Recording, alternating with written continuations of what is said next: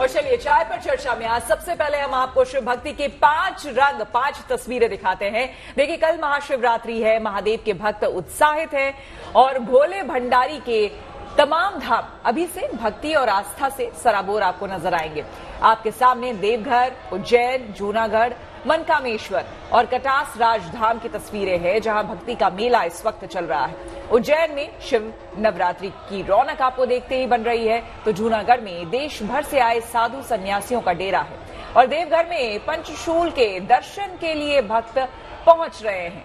आपको बता दें यहाँ पे परंपरा है कि शिवरात्रि के मौके पर पंचशूल यहाँ पर पहले उतारी जाती है और उसके दर्शन सभी भक्त करते हैं, जिसके बाद उन्हें वापस से पंचशूल वहां पर लगाया जाता है। तो ये अद्भुत तस्वीरें महाशिवरात्रि से जुड़ी हुई।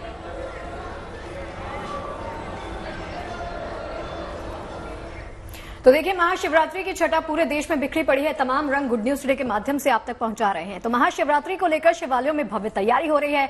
इसके अलावा घरों में भी लोग भगवान शिव की पूजा अर्चना करने में लगे हैं और इसलिए पूजा के मुहूर्त के बारे में जान लेना भी जरूरी है। आखिर किस मुहूर्त में पूजा करना शुभकारी होगा, इसके साथ साथ आप महाशिवरात्रि के महत्व के बारे में भी जानिए। बड़ी फुर्सत से भोले हम तेरे मंदिर में आए। महाशिवरात्रि पर जहां मंदिर शिवालयों में रौनक है, तो घर घर में शिव आराधना की तैयारी हो रही है। फागुन कृष्ण चतुर्दशी को हर साल मनाई जाने वाली महाशिवरात्रि को दिव्य, चमत्कारी और शिव कृपा का महापर्व माना गया है। इस बार की महाशिवरात्रि पर ग्रहों में लक्ष्मी योग का संयोग बना हुआ है। लक्ष्मी योग और गज केसरी योग, ये दोनों इस बार की महाशिवरात्रि पर विद्यमान है। इसीलिए अगर धन से संबंधित कोई कामना है, धन से संबंधित कोई याचना है आपकी, तो वो पूरी होगी। मान्यता है कि महाशिवरात्रि पर महादेव की पूजा से सारी मनोकामनाएं पूर्ण होती हैं। कहा यह भी जाता है कि इस दिन भगवान शिव को प्रसन्न करना आसान है, क्योंकि भोलेनाथ भोले हैं। वो भावपूर्ण अर्चना से ही अपने भक्त की सारी मुरादें पूरी करते हैं। तो चलिए आपको बताते हैं शिवरात्रि पर भगवान शिव की पूजा का शुभ मुहूर्त क्या है। पहला प्रहर 8 मार्च शाम 6:25 पर शुरू होगा, जो रात्रि 9:28 तक चलेगा। इस दौरान पूजा करना शुभकारी रहेगा। पूजा का दूसरा प्रहर 8 मार्च रात 9:28 से शुरू होकर 9 मार्च की मध्यरात्रि 12:31 तक रहेगा। इसी तरह तीसरे प्रहर का पूजा मुहूर्त 9 मार्च को मध्यरात्रि 12:31 से शुरू होकर सुबह 3:34 तक चलेगा। और महाशिवरात्रि पर चतुर्थ प्रहर की पूजा का समय 9 मार्च को सुबह 3:34 से शुरू होगा, जो अगली सुबह 6:37 तक चलेगा। परंपरा है, यहाँ 29 फरवरी से ही महाशिवरात्रि उत्सव चल रहा है। इस उत्सव के दौरान हर दिन भक्तों को बाबा महाकाल के अलग अलग स्वरूपों के दर्शन का सौभाग्य प्राप्त होता है। महाशिवरात्रि पर भी बाबा का दिव्य श्रृंगार होगा।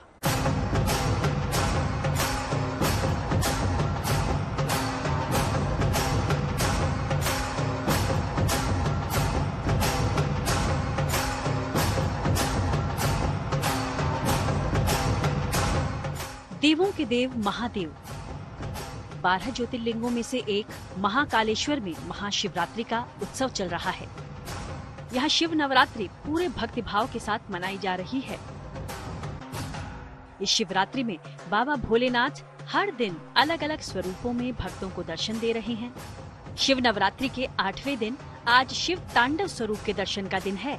इससे पहले बुधवार को 7वें दिन बाबा महाकाल ने भक्तों को उमा महेश स्वरूप में दर्शन दिए। इस स्वरूप में बाबा की गोद में माँ उमा विराजमान दिखी। दूर दूर से बाबा महाकाल के दर्शन करने के लिए, दर्शन का लाभ लेने के लिए दर्शनार्थी यहाँ पे आ रहे हैं। वो बाबा के दर्शन करके बहुत आनंदित महसूस कर रहे हैं। बाबा की कृपा सब पे बनी रहे। शिव नवरात्रि उत्सव केवल उज्जैन के महाकालेश्वर मंदिर में ही मनाया जाता है। महाशिवरात्रि से 9 दिन पहले शुरू होने वाले इस उत्सव में बाबा महाकाल का मनमोहक श्रृंगार और उसके साथ ही पूजन, अभिषेक और अनुष्ठान का दौर चलता है। 29 फरवरी को वस्त्र धारण श्रृंगार से शिव नवरात्रि की शुरुआत हुई और उसके बाद बाबा महाकाल शेष नाग, घटाटोप, छबीना, होलकर और मनमहेश स्वरूप में भी दर्शन दे चुके हैं। अब 9वें दिन कल यानी महाशिवरात्रि पर बाबा महाकाल का सप्तधान रूप में श्रृंगार होगा। शिव नवरात्रि के दौरान हर दिन मंदिर परिसर में बड़ी संख्या में श्रद्धालु उमड़ रहे हैं। मान्यता है कि शिव नवरात्रि में महाकाल का दर्शन पूजन करने वाले भक्तों को शिवरात्रि के महत्व के बराबर बाबा के दर्शन का आशीर्वाद मिलता है, इसलिए यहाँ शिव नवरात्रि मनाई जाती है। उज्जैन से संदीप कुलश्रेष्ठ के साथ bureau report, good news today.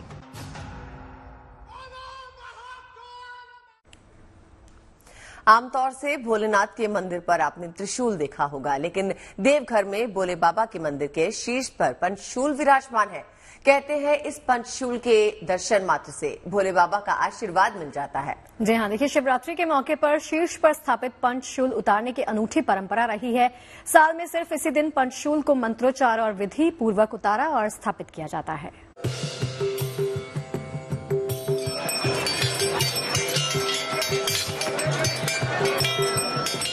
Bholenath के कुल 12 ज्योतिर्लिंगों में से एक है देवघर का बैद्यनाथ धाम।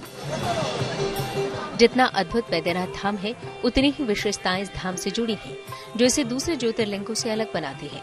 ये एकमात्र ऐसा तीर्थ है जिसके शीर्ष पर पंचशूल मौजूद है। लेकिन फाल्गुन मास की कृष्ण पक्ष एकादशी तिथि के अवसर पर पंचशूल को शिखर से खोलने की परंपरा भी रही है। महाशिवरात्रि से पहले बाबा एवं माता पार्वती मंदिर के शिखर पर स्थापित पंचशूल एक बार फिर खोले गए। इस अद्भुत क्षण को देखने के लिए मंदिर परिसर में भक्तों की भीड़ लगी रही। दोपहर 2 बजे से पंचशूल खोलने की प्रक्रिया प्रारंभ हुई। पहले माता पार्वती के मंदिर से शिखर गठबंधन खोला गया, उसके बाद बाबा मंदिर के शिखर से इसे खोला गया।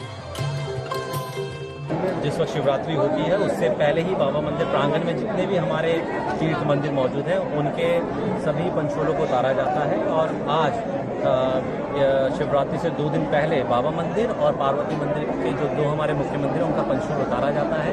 उनकी पुनः दोबारा से पूजा की जाएगी और पूजा करने के बाद दोबारा से पंचशूल को स्थापित किया जाएगा।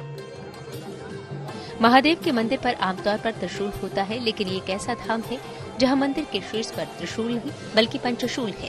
दरअसल भगवान भोलेनाथ पंचेश्वर है। ये पंचशूल शिव मंत्र पंचाक्षर का प्रतीक है। पंचशूल यानी 5 तत्वों का प्रतीक। इनमें क्षिति, जल, पावक, गगन, समीर शामिल हैं। सभी तत्वों से मिलकर ये पंचशूल बना है। हर शिव भक्त इस अद्भुत क्षण का साक्षी बनने के लिए उत्साहित होता है। बैद्यनाथ धाम में यूं तो हर जुबान पर हर हर महादेव का जयकारा होता है। ऐसा लगता है जैसे शिव के शक्ति से बंधे भक्त दुनिया से बेपरवाह खींचे चले आ रहे हैं। लेकिन पंचशूल उतारने और दोबारा स्थापित करने की इस अद्भुत परंपरा के दौरान भक्तों का सैलाब देखते ही बन पड़ता है। Shailendra Mishra, Deoghar, good news today. Bholenath के भक्त हर ओर भक्ति में लीन आपको नजर आएंगे। इस वक्त गुजरात के जूनागढ़ की अगर बात करें तो यहाँ देश भर से आए अलग अलग अखाड़ों से साधु संतों का जमावड़ा लगने लगा है। भोले भंडारी के ये भक्त यहाँ शिवरात्रि मेले में इकट्ठा हुए हैं, जहाँ महाकाल को प्रसन्न करने के लिए 4 दिन के मेले का आयोजन किया गया है।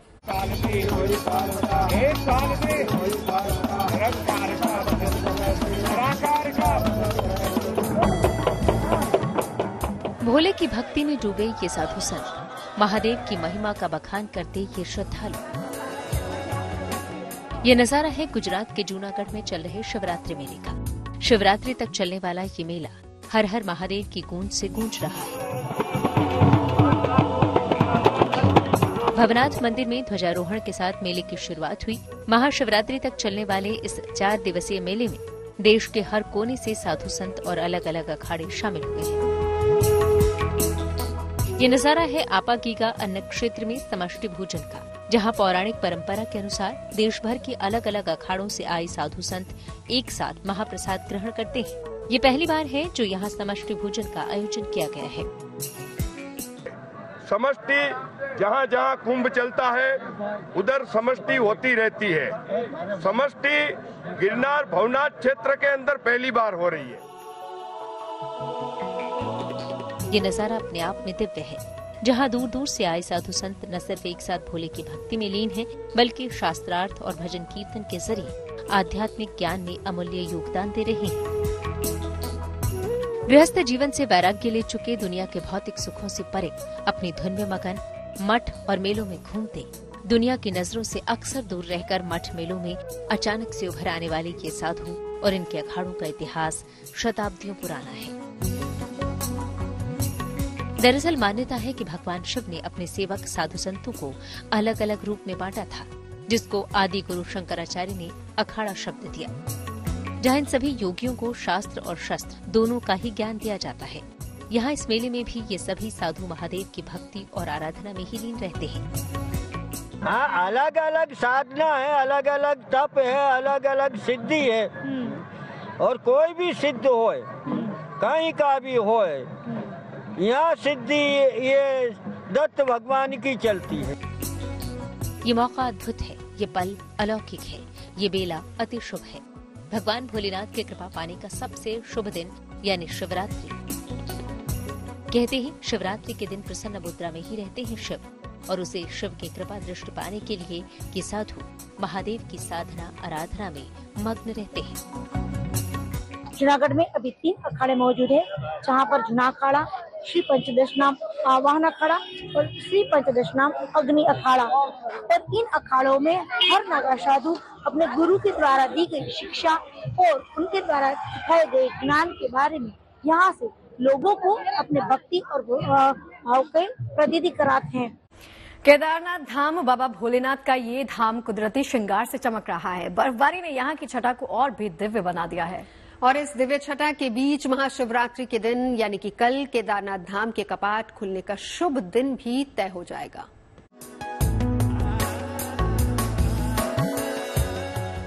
प्रकृति के श्वेत श्रृंगार से केदारनाथ धाम चमक रहा है। फिलहाल यहाँ 5 फीट से ज्यादा बर्फ जमी है। धाम आने जाने वाले पैदल मार्ग भी बर्फबारी के कारण बंद हो गए हैं। यहाँ 18 किलोमीटर लंबे पैदल मार्ग के 14 किलोमीटर तक बर्फ जमी है।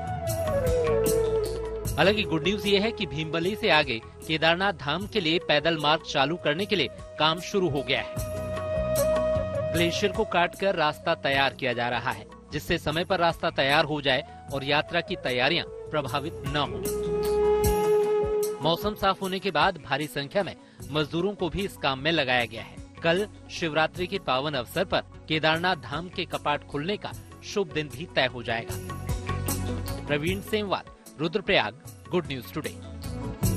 देखिए, एक तरफ महाशिवरात्रि की रौनक है, लेकिन उसके साथ ही साथ होली की गूंज भी सुनाई पड़ रही है। जी हाँ, मथुरा के द्वारकाधीश मंदिर में भक्त जमकर होली का आनंद ले रहे हैं।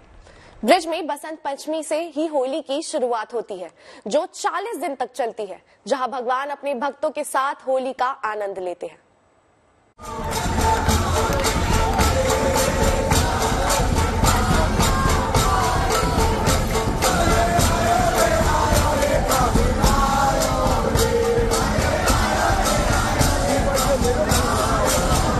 हम मौजूद हैं द्वारकाधीश मंदिर में और बसंत पंचमी से ब्रज में होली शुरू हो गई है। तो आप देख सकते हैं किस तरह जो श्रद्धालु यहाँ आए हुए हैं वो होली का आनंद ले रहे हैं और अपनी सुध-बुध खो भगवान के होली के गीतों में नाच रहे हैं और होली में मस्त हैं।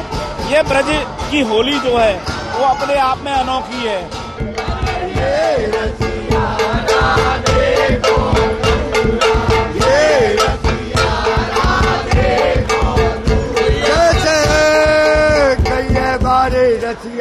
और ब्रज में होली 40 दिन चलती है। यहाँ श्रद्धालु देश विदेश से आते हैं और होली का आनंद लेते हैं।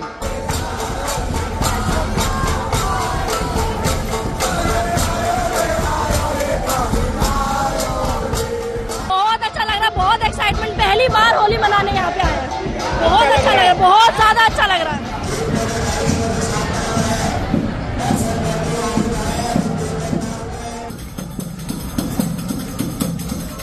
प्रमुख होली बरसाना में 16 मार्च को लड्डू होली और जलेबी होली के साथ शुरू होगी। उसके बाद दूसरे दिन लट्ठमार होली होगी। उसके तीसरे दिन नंदगांव में लट्ठमार होली होगी। उसके बाद निरंतर ब्रज में 26 तारीख तक होली होती रहेगी।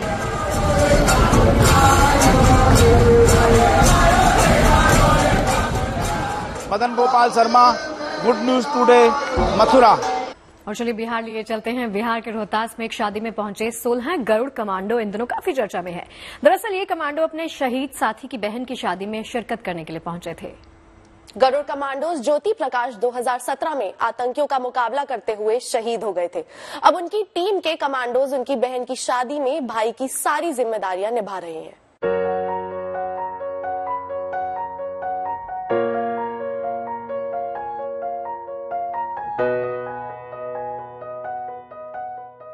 रोहतास के आनंद नगर में ये शादी उस वक्त खास बन गई जब 16 गरुड़ कमांडो इस शादी में शिरकत करने पहुंचे। दरअसल ये शादी 2017 में शहीद हुए गरुड़ कमांडो ज्योति प्रकाश की बहन की है। अपने शहीद साथी की बहन की शादी में पहुंचकर इन गरुड़ कमांडोज ने बहन को भाई की कमी महसूस नहीं होने दी। इन कमांडोज ने शादी की हर रस्म में बढ़ चढ़कर हिस्सा लिया और एक भाई की सारी जिम्मेदारियां निभाई। ज्योति प्रकाश ने जम्मू कश्मीर के बांदीपुरा में आतंकियों से लोहा लेते हुए सर्वोच्च बलिदान दिया था। इस जाबाजी के लिए उन्हें अशोक चक्र से सम्मानित किया गया। इससे पहले साल 2019 में ज्योति प्रकाश की दूसरी बहन की शादी में भी 11 गरुड़ कमांडो पहुंचे थे। अब इस शादी में शिरकत करके इन सभी गरुड़ कमांडोज ने मिसाल कायम कर दी है। रोहतास से आदित्य वैभव, गुड न्यूज टुडे।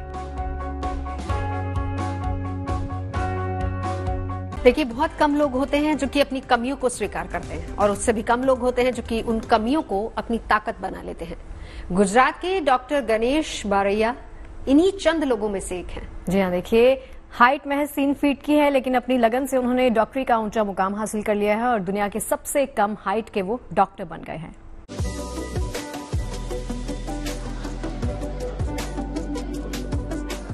लंबाई महज 3 फीट और वजन सिर्फ 18 किलो। नाम है गणेश बारैया, उम्र 23 साल। हाल ही में भावनगर मेडिकल कॉलेज से एमबीबीएस की पढ़ाई पूरी करके इंटर्न डॉक्टर बने हैं और इसी के साथ दुनिया के सबसे कम हाइट के डॉक्टर बनने का खिताब भी अपने नाम कर लिया है और इस उपलब्धि के लिए वो कई जगह सम्मानित भी हो चुके हैं। लेकिन इन्हें ये सब कुछ आसानी से हासिल नहीं हुआ।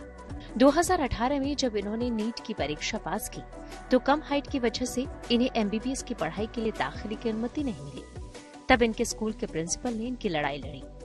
पहले हाई कोर्ट, फिर सुप्रीम कोर्ट तक गए तो वो एमसीए कमेटी द्वारा मुझे रिजेक्ट किया गया कि ये 3 फीट की हाइट की वजह से तुम इमरजेंसी हैंडल नहीं कर सकते, इसलिए एमसीए द्वारा मुझे एडमिशन देने से मना कर दिया। फिर मैंने अपने प्रिंसिपल से बात की, दलपत भाई कातरिया और रेवती सरवैया ने, तो उन्होंने डिसाइड किया कि हम हाई कोर्ट में केस दाखिल करेंगे। हाई कोर्ट में 2 महीने के बाद हम केस हार गए। फिर उन्होंने सुप्रीम कोर्ट में जाने का निर्णय लिया और सुप्रीम कोर्ट में 22 अक्टूबर 2018 को सुप्रीम कोर्ट से ऑर्डर आया कि आपको एमबीबीएस में एडमिशन मिल सकता है, आपको कोई नहीं रोक सकता। भावनगर मेडिकल कॉलेज से एमबीबीएस की पढ़ाई पूरी करने के बाद अब वो अस्पताल में प्रैक्टिस करने लगे हैं, लेकिन उन्हें अभी और आगे जाना है, इसलिए वो अब नीट पीजी की परीक्षा की तैयारी में जुट गए हैं। हमारे सभी फर्नीचर, लैब्स उसके हिसाब से ही बने होते हैं, कुछ पर्टिकुलर हाइट के लिए बने होते हैं। उसके बावजूद भी मतलब उसने ये सब किया। हमें जहाँ जहाँ भी ज़रूरत लगी उसके लिए कुछ अरेंजमेंट करनी पड़ी, वहाँ उसको करके दी। और जैसे लेबोरेटरी है, एग्जामिनेशन हॉल है, डेमोन्स्ट्रेशन रूम है, एग्ज़ाम में कहीं पे भी। तो आज मतलब वो डॉक्टर बन गया इस सब के बावजूद, इन सब दिक्कतों के बावजूद। तो हमारे लिए रियली वो बहुत ही खुशी की बात है। डॉक्टर गणेश के 7 भाई बहन हैं, संयुक्त परिवार में रहते हैं, गरीब किसान परिवार से आते हैं, लेकिन शिक्षा का महत्व खूब जानते हैं। तभी तो उनके स्कूल के शिक्षक उनके लिए देवदूत बन गए। Nitin Goyal, Bhavnagar, good news today. देखिए, कहते हैं कि अपने लिए जिए तो क्या जिए, तू जी ए दिल जमाने के लिए। क्या बात है। फिल्म बादल का ये गीत आपने जरूर सुना होगा। गाजियाबाद में कुछ युवा इस गाने के बोल को हकीकत में उतार रहे हैं। यहाँ ये बैक टू सोसाइटी के कर्तव्य का पालन करते हुए युवाओं ने झुग्गियों में रहने वाले बच्चों को पढ़ाने का बीड़ा उठाया है और इनकी ये कोशिश कामयाब होती दिखाई दे रही है। देखिए रिपोर्ट।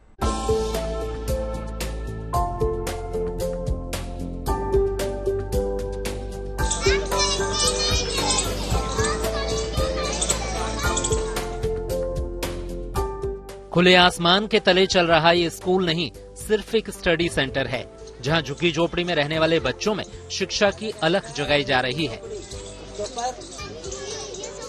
कुछ नौकरी पेशा युवाओं ने इन बच्चों को पढ़ाने लिखाने का बीड़ा उठाया है। अपने काम से समय निकालकर ये लोग यहाँ पर बच्चों को पढ़ाते हैं और अच्छा जीवन जीने की राह दिखाते हैं। इन लोगों की मेहनत रंग भी ला रही है। मजदूरी या छोटे मोटे काम करके घर चलाने वाले परिवारों के बच्चे पढ़ना लिखना सीख रहे हैं और अपनी तकदीर बदलते देख रहे हैं। जब मैं यहाँ पर आई तब इन्होंने मेरा एडमिशन करवाया। मुझे आसनार भी नहीं आता था और अब मैं 10th क्लास में हूँ। यहाँ पे मुझे ना 9 साल हो चुके हैं अभी पढ़ते पढ़ते, और फिर मैं यहाँ पे ना, मैं जब 7 साल की थी ना जब सर ने मेरे स्कूल में नाम लिखवाया था। बैंक में कर्मचारी तरुणा ने अपने साथियों के साथ मिलकर 2013 में गरीब परिवारों के इन बच्चों को पढ़ाई लिखाई से जोड़ने की पहल की थी। इनको एज के हिसाब से इनकी एजुकेशन के लेवल पे पहुंचाना हमारा मेन मोटिव है। मान के चलिए कोई बच्चा 10 साल का है, उसको ABCD नहीं आती है, अगर मैं उसको स्कूल में ले जाऊं कि इसको नर्सरी में एडमिशन करा दो तो स्कूल एडमिशन नहीं देता है। तो हम लोग ये करते हैं, उनको उसकी क्लास 5th लेवल तक उसको हम पहुंचाते हैं। अहम बात ये भी है कि सड़क किनारे चलने वाले इस स्टडी सेंटर में बच्चों को खाना भी मिलता है। साथ ही इन्हें खेलकूद और रचनात्मक गतिविधियों से जोड़कर इनके संपूर्ण विकास का प्रयास भी किया जा रहा है। बुनियादी शिक्षा के बाद स्कूलों में बच्चों की पढ़ाई का खर्चा भी इस संस्था की ओर से ही उठाया जाता है, ताकि किसी बच्चे की पढ़ाई बीच में ना छूट सके। चाहते हैं कि बच्चे सभी अपने पैरों पर खड़े हो जाएं, सभी जो काम हम कर रहे हैं हमारे साथ मिलकर करें, और देश में हर कोने में हम इसी तरह के अपने एजुकेशन इंस्टीट्यूट्स, अपने स्कूल्स खोल पाएं, जहां पर कोई भी बच्चा शिक्षा से वंचित ना रहे। वो कैसी भी परिस्थिति में हो, चाहे वो काम करता हो, चाहे वो घर में रहता हो, या किसी वजह से जो नहीं पढ़ पा रहा है वो पढ़ पाए। उम्मीद यही करिए कि यहाँ से हर बच्चे का सपना सच हो और ऐसे क्लासरूम और बड़ा आकार लें, ताकि देश में कोई भी बच्चा अनपढ़ न रह जाए। कैमरामैन शैलेंद्र के साथ Manish Chaurasia, good news today, Ghaziabad. Trending क्या है भाई इंस्टा पे? आप बताओ आज क्या ट्रेंड कर रहा है?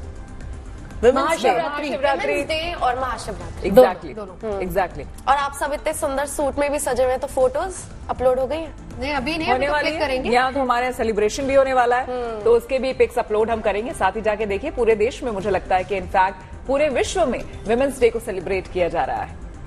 काश ऑनलाइन थप्पड़ मारने का ऑप्शन होता तो मैं कुछ लोगों का मुंह लाल कर देती। अपना स्कूटी पे काम कौन सा लई बालक हो गए, गाड़ी ले ले। कौन सी गाड़ी? बनेलो। कौन सी? बनेलो। बोलना तो आंदा को नहीं, ले ले गाड़ी। बोलना तो मैंने रेड फरारी आवे है, ले ले फिर।